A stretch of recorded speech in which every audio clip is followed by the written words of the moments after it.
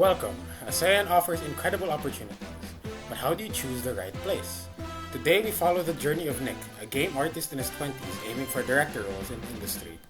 Nick is focused on career growth, work-life balance, and a comfortable lifestyle where art plays a part in everyday life.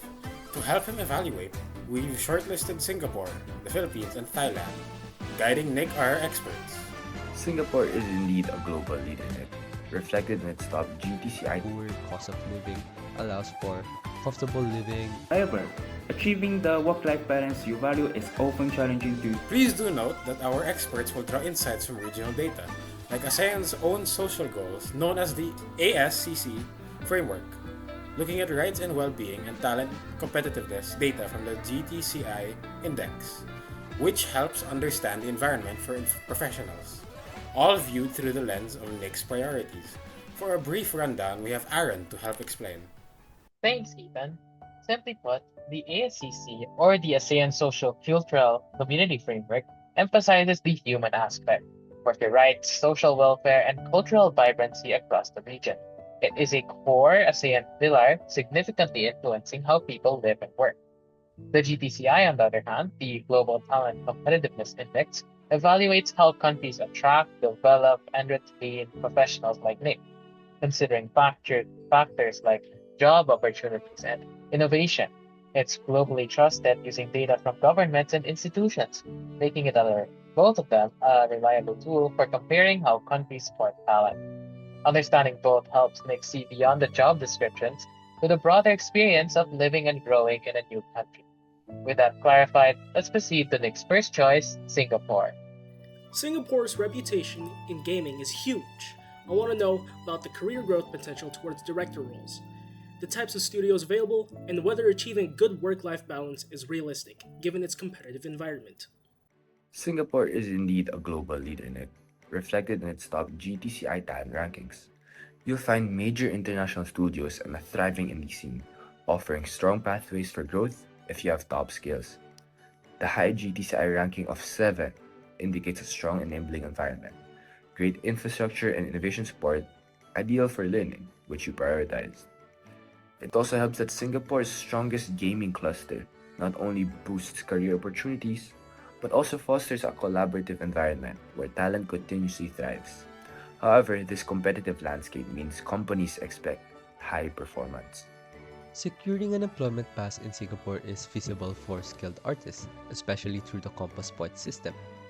A significant advantage for creatives in the country's strong protection of intellectual property, which aligns with the principle of good governance outlined in the ASCC framework.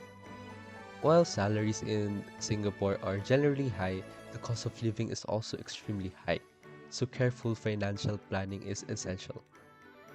Additionally, the country faces serious challenges in terms of labor rights compliance, which may be a concern for some professionals.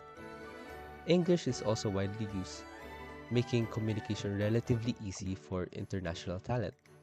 However, the fast-paced and high-pressure work environment can affect talent retention. Singapore also ranks low in pension coverage, which is 92nd, and personal rights, which is 90th globally, which contributes to its lower performance in the retail pillar of the GTCI. From a living perspective, Singapore is efficient and safe, scoring well on ASCC quality of life indicators. The social scene is vibrant. However, achieving the work-life balance you value is often challenging due to the intense work culture. The high cost significantly impacts that comfortable living goal, making it quite different from more affordable places like Thailand. With the Philippines, I want to understand whether the work in game development is mainly outsourcing or if there are strong opportunities for original game creation, and how the work culture supports career growth and balance. The Philippine industry excels in art production, leveraging a deep talent pool ranking 58th on the Employability Index of GTCI. Original IP development, especially mobile or indie, is definitely growing. Career growth leadership is possible, often requiring a broad experience. While the overall GTCI ranking reflects areas for development, especially aligning higher education with global trends, the creative skill level is really high. For local professionals, securing employment in the Philippines is generally straightforward. Proficiency in English remains a major advantage in the workplace. Notably, the Philippines ranked third among Asian countries in ASCC related metrics on worker rights and protections, offering a relatively strong safety net. While average salaries are lower compared to Singapore, the significantly lower cost of living allows for comfortable living lifestyle and the possibility of saving that aligns with your long-term personal and financial goals. However, it's worth noting some fragment in labor market benefits, particularly between large studios and smaller companies. The welcoming Filipino culture makes social integration very easy. Finding artistic communities is simple with the vibrant local scene. Work-life balance really depends on the specific studio. The strong community focus reflects positive aspects often highlighted in ASCC discussions on social cohesion. Metro Manila's traffic is a major challenge for commuters, but growing remote work options, one of your priorities, offer flexibility. Thailand really appeals to my lifestyle interests. I'm curious about opportunities beyond mobile and outsourcing. Are there clear paths for career progression while also maintaining work life balance? Thailand's game market is growing quickly, Nick, expanding beyond mobile into PC or console, often with a unique Southeast Asian focus. Opportunities for skilled artists are increasing. While leadership paths might be less defined than Singapore, investment in digital talent is rising slowly but steadily, with its digital skills ranking rising with each GTCI report. The collaborative spirit common here fosters a good learning environment, hitting one of your goals. To work in Thailand, you would typically require a non-B visa and a work permit, both of which are usually sponsored by your employer. Thailand leads the ASEAN region in meeting ASCC goals related to worker protection, which particularly strong policies in place for migrant workers.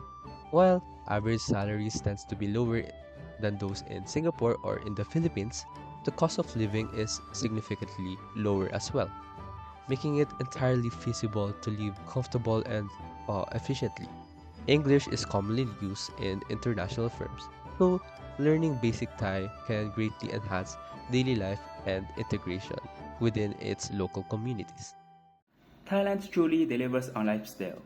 That work-life balance priority is often more attainable here. The culture can lend itself to a less stressful environment. However, Thailand's hierarchical nature may lead to some decision-making issues. Integrating art into life is easy with the rich culture and design scene. Low cost means more disposable income for hobbies and comfort.